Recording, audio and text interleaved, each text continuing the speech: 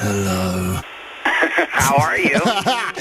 Hanging on a moment with you, Tom DeLonge, for the first time in some time, and exclusively on the UK right now, since we heard the first piece of music from your forthcoming new album.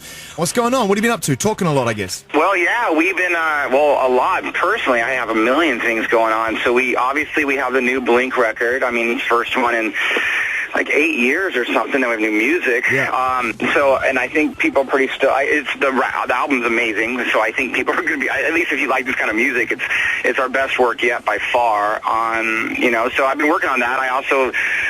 Everyone knows I have a movie coming out with Angels and Airways, my other band. So that movie drops in the fall. So this whole fall section has been insane. It's nice to know you're actually doing some work for a change, because we all know for the rest of the time leading up to the fall is kind of feed up time for you, pretty much. No, usually I'm just laying around naked with like a beer, and like just children dancing around me in the fields. But no, not this time. Your missus like knocks on the door like just before fall. It's like, honey, it's fall. You think it's so glamorous to be in a rock band, but this past year has been easily the most amount of work I've ever done in my entire life. Let's talk about this first piece of music from Neighborhoods, Up All Night.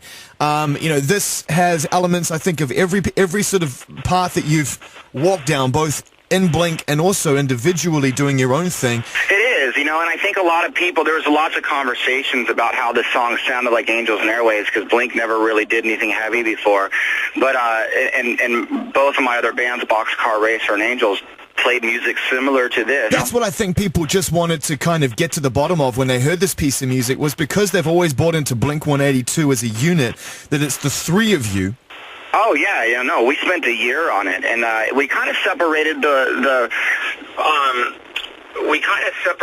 record into thirds. I have a studio, those guys have a studio, so now instead of writing it on acoustic guitar, you kind of write it inside a computer. You have so much more latitude, so you can deliver something that's much more finished, but you can also edit it and change it up really, really well. So even though a song would come kind of in a way like put together, I would hand it off to those guys, and they would dig into it and turn it all around, change things, add things, and I would do the same thing to their songs. So it was super collaborative, and that's what our band was all about back in the day. It was really stupid how we broke up in the first place, by the way. Yeah. There was really no reason.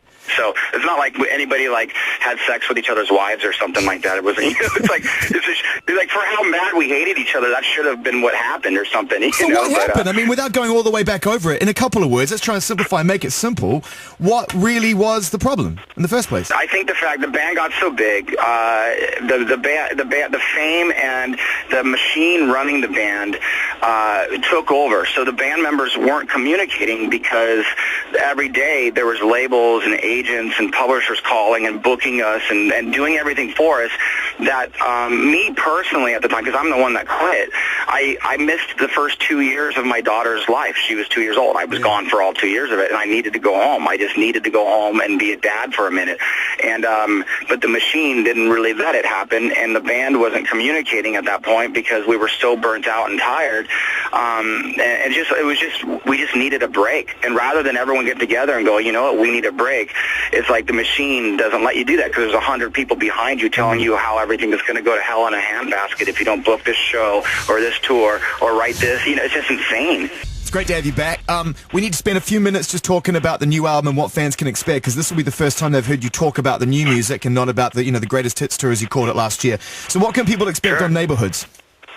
Well, I think that, what's really cool about the title, I think it's really appropriate, because Travis grew up in a kind of gangland-infested area of East Los Angeles, and I grew up in those total suburbs, and Mark grew up out in the desert where they make bombs, So it's like the idea of all of us coming together to make what Blink is, and the potential for what Blink could be is what I think a lot of people saw. But truthfully, what people really need to expect from it, it's very modern.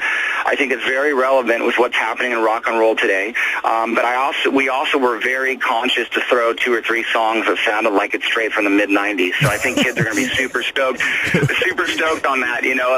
It's made for big places, and it's made to be gigantic sounding. Speaking of big places, you had to postpone the UK tour in order to complete this record, and you were very honest and open about that. There was never any question that was the case. But obviously a certain amount of disappointment for you guys too. I mean, you're not known for having to pull shows. Yeah, no, it was horrible because we thought we knew that people were going to start filling in the blanks and guessing as to why. Oh, the band's breaking up again. Oh, they don't care, or they're doing this so they can go do something else in the States or whatever, you know. But we really just took our time for the year recording, and when it got down to the wire, we're like, oh my God, we don't have enough time to finish this. We got to hunker down, and we knew that we would probably be getting a few comments that were negative from the press or the kids until we release this. Yeah, well, listen, tour dates now reconfirmed for 2012. Album on the way, single on the radio. It's all official. There's no need to be scared. We'll leave it in your hands and trust that you're all part of the same process on the same page. And we welcome you back with open arms. Thank you, Tom DeLonge, for your time, and thanks for Up All Night, mate. It's great. Yeah, thank you guys. And I truthfully mean England has been so incredible to our band, and as our friends as our Americans over here. So you guys don't even know how important not only your art and the music has been, but to my personal career. So it's always a fun thing. Like, I can't say the same for like East Europe, you know what I'm saying? But whatever.